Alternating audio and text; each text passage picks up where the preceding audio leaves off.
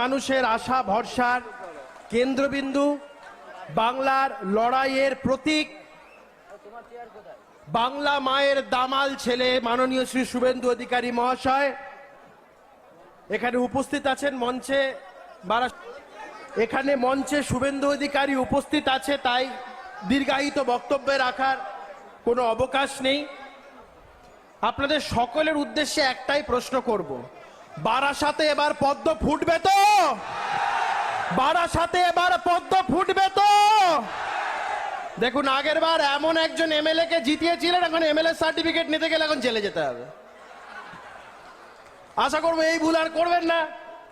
Ultimately আমাদের তৃণমূলের লোকজনদেরকে নির্বাচিত করতে গেলে সুনালাল লেটার জেলে যাবে, কোনো কাজকর্মের দরকার হলে জেলে যেতে হবে।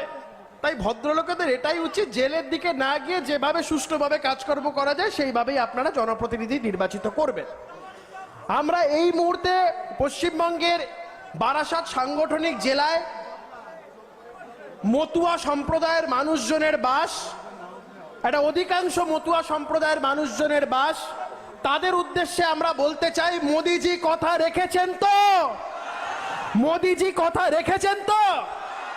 আর যারা ভুল বোঝাতে চাইছে, নাগরিকত্ব আইন নিয়ে বলছে নাকি দেশ থেকে তাড়িয়ে দেবে, নাগরিকত্ব আইন কোন লোকজনকে দেশ থেকে তাড়ানোর আইন নয়। নাগরিকত্ব আইন মানুষকে নাগরিকত্ব দেওয়ার আইন। ৪৫ সাল থেকে বিভিন্ন সময় যেই সমস্ত মানুষজন যারা নিপীড়িত হয়ে ওদেশ থেকে এদেশে এসেছেন তাদেরকে নাগরিকত্ব দেওয়ার আইন। আর যারা ভুল বোঝাচ্ছে তারা চিরকালই ভুল বুঝিয়ে এসছে। আপনারা দেখেছেন কয়েকদিন আগে গার্ডেন রিচের যে ঘটনা, একটা নির্মীয়মান বহুতল তাসের ঘরের মতন ভেঙে পড়ল। আর তৃণমূল কংগ্রেস বলেন না যে সংখ্যালঘু দরদি একমাত্র দল, তারা দুধেল গাই বলে আখ্যা দেয়। যেই দল নিজেদের দুধেল গাইদের প্রোটেক্ট করতে পারে না, তারা কি সারা দেশের মানুষের কথা বলবেন?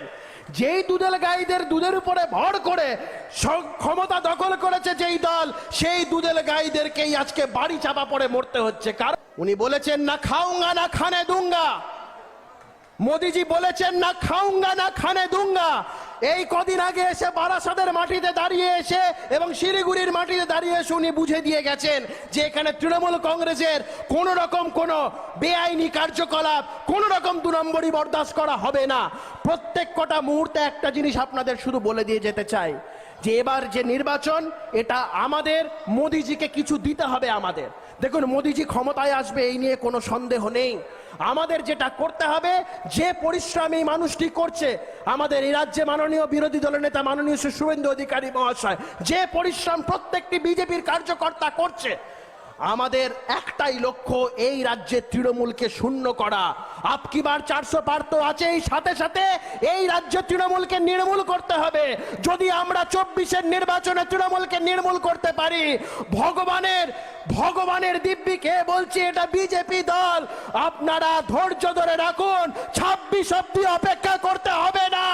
এই সমস্ত জেলে থাকা আসামিরা, সমস্ত যারা জেলে যাওয়ার কথা, সবাই জেলে যাবে, কাউকে খুঁজে পাবেন না। আর এই রাজ্যে মানুষ পরিত্রাণ পাবে, বেকাররা চাকরি পাবে, যারা সরকারি চাকুরিজীবী তারা ডিএ পাবে, সমস্ত মানুষের হাহাকার, সমস্ত মানুষের অভাব অভিযোগ মিটবে। সকলে ভালো থাকবেন। একটা নতুন সূর্য উদয়ের দিকে আমরা সকলে মিলে তাকিয়ে, সেই সূর্য উদয়ের পথ আমাদের দেখাবেন প্রত্যেক কটা বিজেপির কর্মকর্তা, প্রত্যেক কটা বিজেপির কার্যকর্তারা মিলে আমরা এক নতুন সূর্যের দিকে তাকিয়ে, এবং সেই সূর্যের নাম আগামী পশ্চিম বাংলায় একটাই নাম, সেটা হচ্ছে মাননীয় শ্রী শুভেন্দু অধিকারী মহাশয়। সকলে ভালো থাকবেন, সুস্থ থাকবেন।